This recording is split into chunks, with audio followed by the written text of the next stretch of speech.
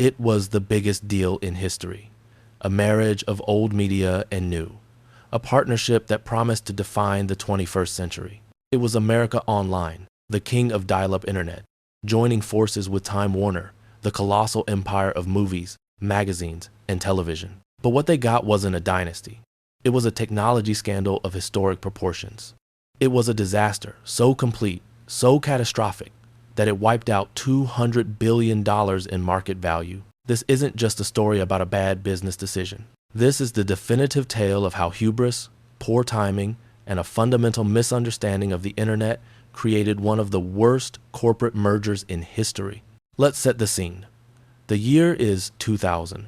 Y2K has come and gone, the internet is booming, and the dot-com bubble is inflating faster than a hot air balloon. At the center of this frenzy stands America Online, or AOL. For those of you who weren't there, trying to connect to the internet in the 1990 seconds was an ordeal. You had to have a desktop computer, a modem, and a telephone line. You needed a company to get you connected. That company, for millions and millions of people across America, was AOL. They didn't just provide internet access. They created a walled garden. It was truly the training wheels for the World Wide Web. You launched the AOL application, and then you heard that iconic screeching sound. That was the dial-up modem handshake. And then you were finally in their proprietary system. Once inside, you had email, you had chat rooms, and you had a curated, simplified version of the internet.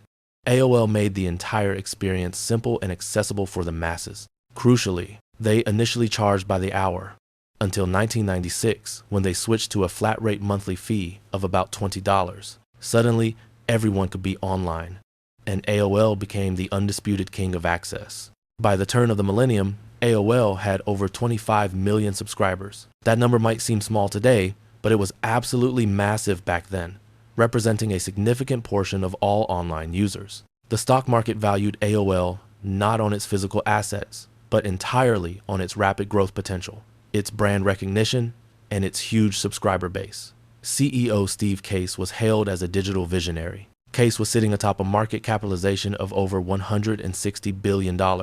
It was pure paper money, fueled entirely by the intoxicating, yet fragile, promise of early technology.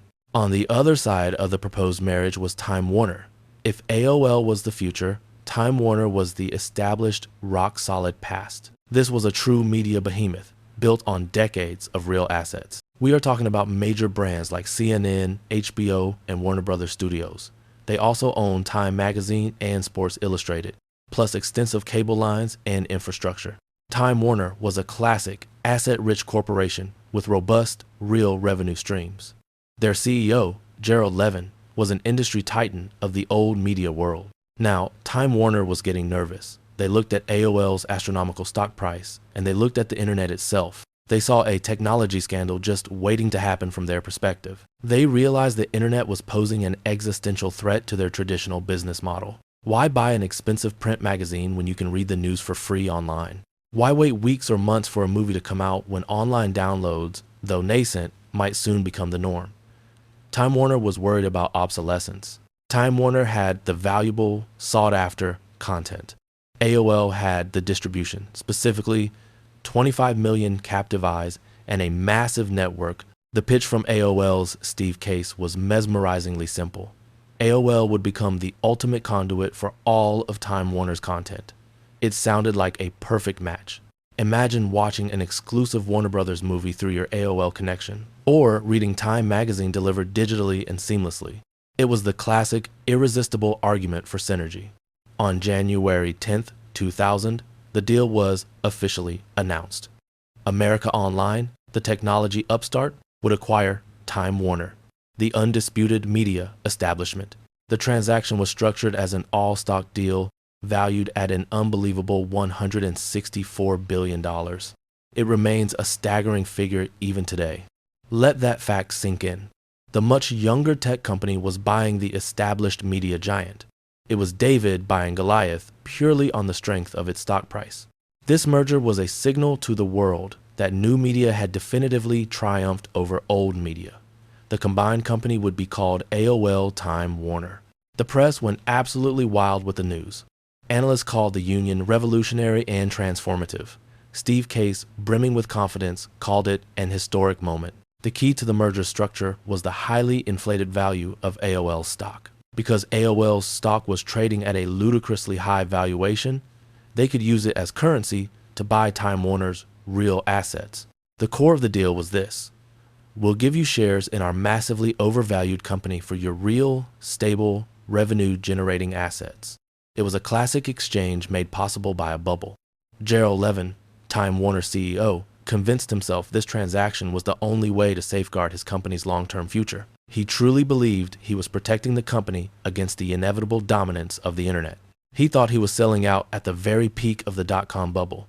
He and his board thought they were getting out at the optimal moment.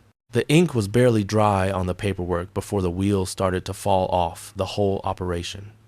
The merger was fundamentally flawed, built on a shaky foundation of wishful thinking and hubris. It was also built on a fatal misreading of the emerging technology market. Here is where the full technology scandal truly begins to unfold in public. The first fatal flaw: the valuation crash. The deal was closed in January 2001. Just 2 short months later, the entire dot-com bubble violently burst. AOL stock, which was the entire basis and currency of the massive deal, went into an uncontrollable nosedive. The promised paper wealth evaporated almost overnight. Time Warner shareholders suddenly realized they hadn't been bought out with the currency of the future. They had been paid with shares in a rapidly declining, highly speculative tech company. The promised $164 billion valuation was quickly revealed to be nothing but a phantom number. It was all based on pure illusion. The second flaw was the technical one: the end of dial-up. This is the central, unforgivable technical failure that doomed the entire enterprise. The entire premise of the merger was that AOL would remain the primary, indispensable gateway to the internet for millions of people for the foreseeable future. But even as the deal was being negotiated, the world was quickly moving on from the need for a dial-up service. Broadband internet, meaning cable and DSL, was becoming cheap, fast, and widely available. Why would anyone suffer the slow, jarring, proprietary experience of dial-up AOL? Why would they pay for that when they could have always-on, lightning-fast broadband access for the same monthly price? Broadband gave users access to the entire open World Wide Web, not just AOL's curated content. AOL's walled garden was not a feature. It rapidly became a frustrating cage for its users. AOL had bet their entire corporate future on a sunset technology. Their core product, their primary asset, those 25 million dial-up subscribers, was revealed to be a melting ice cube in a hot market. The third fatal flaw was the corporate culture clash. Imagine putting the creative, freewheeling executives of Warner Brothers in the same building as the young, hyper-tech-focused people from AOL. It was truly oil and water. The Time Warner people saw AOL as a bunch of overhyped kids who had gotten rich on a flimsy, unsustainable promise. The AOL people, meanwhile, saw Time Warner as a collection of slow, bureaucratic dinosaurs. The promised synergy never materialized within the divided corporation. Content executives had no interest in having their high-quality movies and magazines locked inside the clunky, dying AOL portal. They wanted broader, open distribution. The years that followed the merger were a slow, agonizing public humiliation for the leadership team. The combined company was sinking, leadership was fractured, and the original vision was an absolute punchline. In 2002, the sheer, disastrous magnitude of the failure could no longer be covered up or ignored by accounting tricks. The newly appointed CEO, Richard Parsons, had to make the ultimate painful confession. The true value of the combined company was nowhere near what they had paid for it just 2 years prior. It was a massive financial error. AOL Time Warner was forced to announce a massive, unprecedented accounting charge. This was a stunning $99 billion write-down of goodwill. Think of goodwill as the premium you pay for a company's intangible assets, its brand, its reputation, its customer loyalty. Writing it down means admitting that value simply doesn't exist anymore. Later that very year, they announced yet another charge. The total impairment charge for the merger ended up being around a staggering $200 billion. This wasn't just paper losses. This was value that was utterly, irrevocably destroyed forever.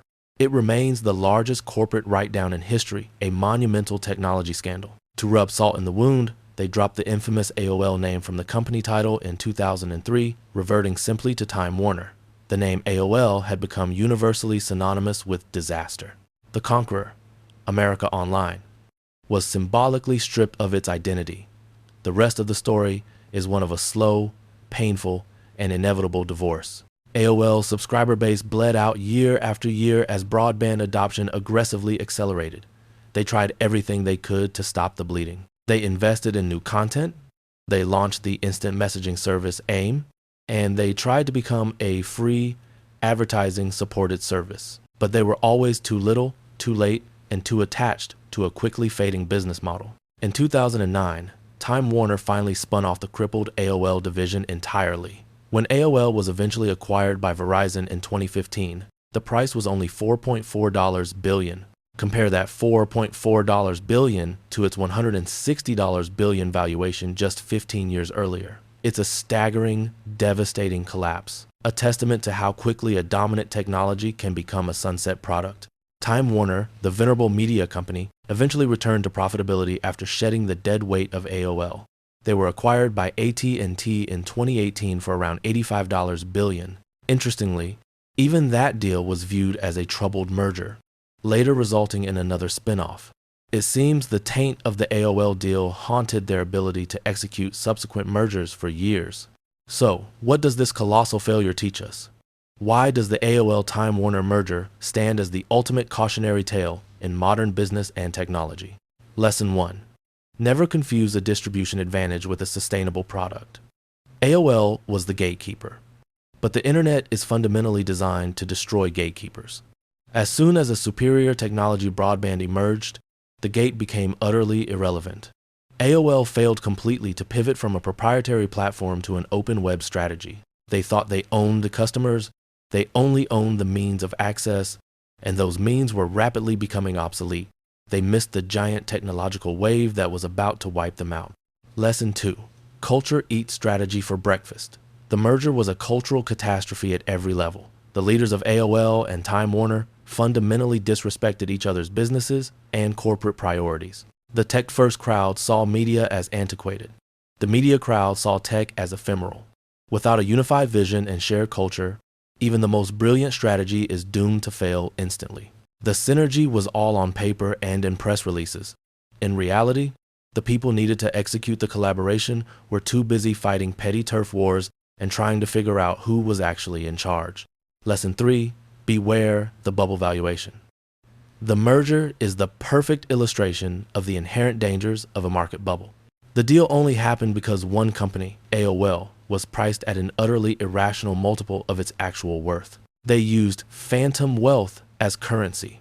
It's a crucial reminder that market capitalization is not the same thing as intrinsic, tangible value. When the music finally stops, the real assets, the movies, the cable lines, the magazines are still there, but the phantom value vanishes. The technology scandal of dial-up access vanished into thin air. The AOL-Time Warner merger wasn't a small mistake. It was an act of corporate hubris that vaporized a fortune. It's the absolute standard against which all subsequent mega mergers are measured. It showed the world that simply throwing a ton of money and a lot of buzzwords at a problem doesn't guarantee success. This is especially true when that problem involves a fundamental, disruptive shift in technology. It stands as a stark monument to one critical lesson of the digital age. Technology is a relentless, unforgiving driver of change. Your business model must adapt or die. AOL thought they were buying the future of media. In reality, they were merely selling their soul to a fading technology of the past. And the price, a $200 billion technology scandal, was the devastating cost of a tragic, historic miscalculation.